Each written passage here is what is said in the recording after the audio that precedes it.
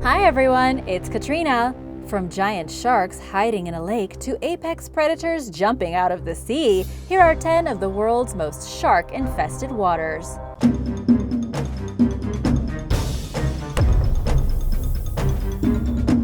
Number 10. Tiger Beach, Bahamas. Tiger Beach in the Bahamas is an idyllic place, but don't expect to find big cats there. Instead, this shallow sand flat an hour from the West Grand Bahama Island is home to a large number of tiger sharks. Ranked among the top 10 most shark-infested beaches in the world, Tiger Beach is the most popular of several diving sites in Grand Bahama, with a high concentration of not only tiger sharks, but also hammerheads, blacktips, and bull sharks. Divers are in for a real treat when they travel to the area. It's definitely on my bucket list. Many female sharks tend to go there to give birth in safety, resulting in a dramatic rise in the number of sharks in the area. Getting their name from the dark vertical stripes found on juveniles, tiger sharks lose their stripes as they mature. They are some of the largest predatory fish in tropical seas, and tiger sharks have an intimidating presence and are known to have a reputation for eating people. However, they tend to avoid biting humans and instead frequently swim the other way.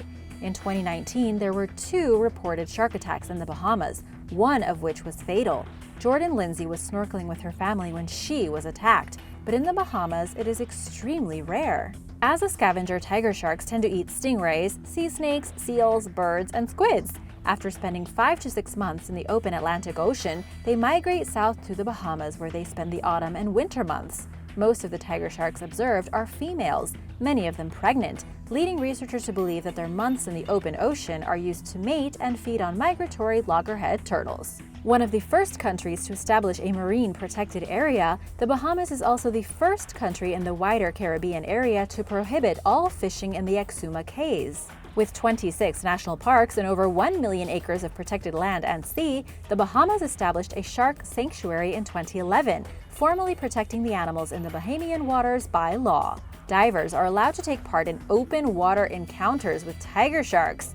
Cage-free shark diving is a major draw for those who want to hand-feed large sharks, but you can never be too careful.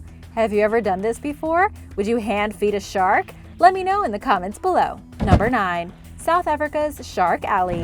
The highest concentration of great white sharks in the world is an area known as Shark Alley. It is one of the top commercial shark cage diving destinations located off the coast of a small town called Gansbaai at the southeast coast of South Africa.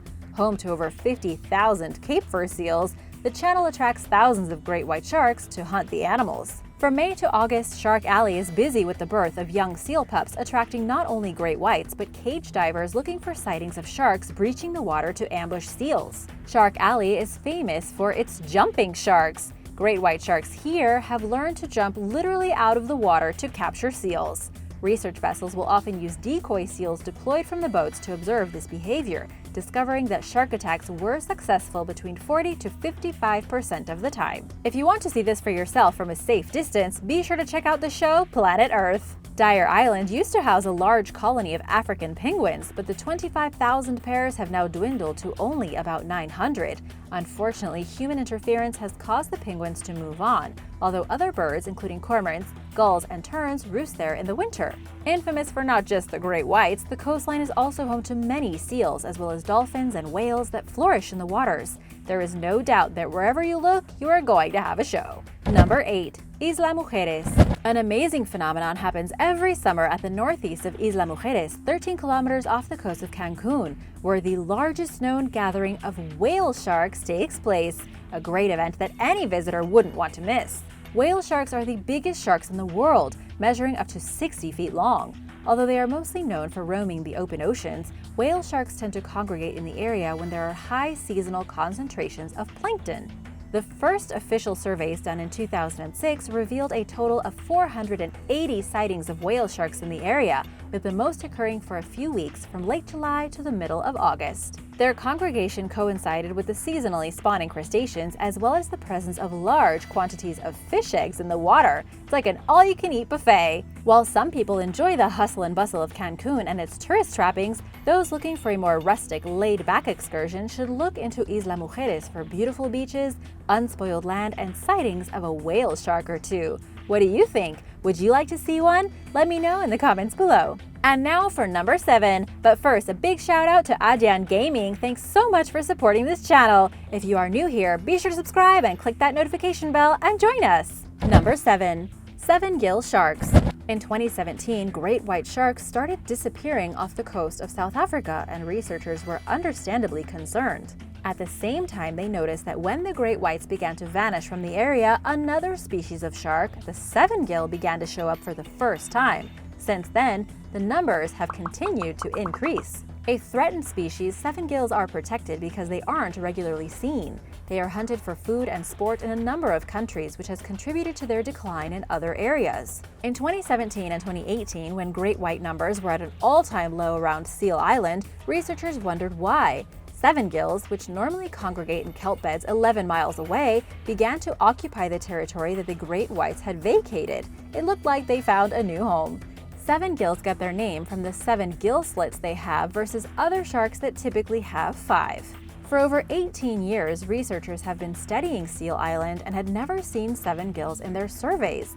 Now, this species of shark dominates this area of South Africa. Considered a living fossil, they have no other equal in the local food chain beside great white sharks and orcas. Because they closely resemble animals from the Jurassic period, it makes them easy to recognize from other sharks. After spending over 8,000 hours researching, local scientists recorded over 6,000 shark sightings. Growing up to 3 meters long, they feed on fish, seals, and even other sharks. But unfortunately, since 2009, more frequent sightings of killer whales in the area have resulted in several dead Sevengill sharks being found by scuba divers. Killer whales are not afraid of anything. Still, these studies show how the scales of equality move up and down in the animal world, even for big apex predators like sharks.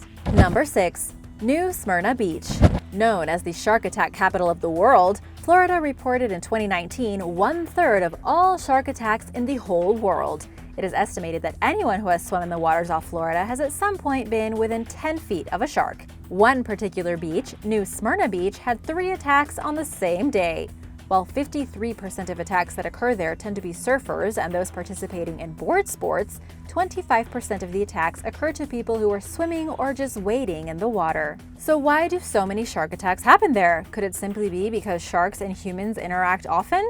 In the past few years, it looks like shark attacks in Florida have actually been declining. It looks like sharks aren't going to the same places that they used to in the past. For example, one specific species, blacktip sharks, are found in those waters, but as the sharks change their migration patterns, results in shark attacks continue to decline slightly. Number 5. New South Wales. What is it that makes the waters of New South Wales such a breeding ground for dangerous sharks? Researchers believe that these opportunistic scavengers feed on dying or dead animals.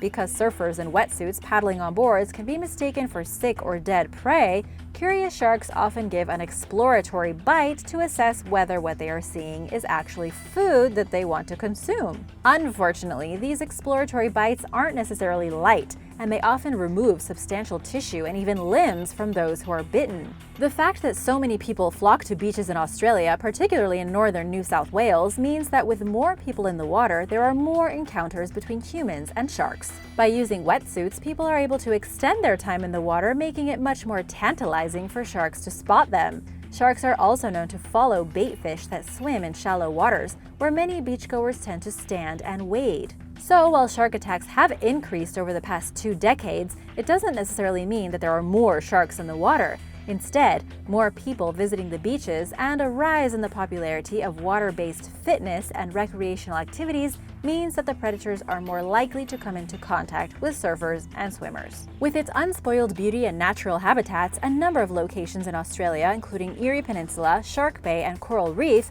not only are shark sightings common, but they tend to bring tourists to the area, further highlighting unwanted run-ins with these predators of the deep.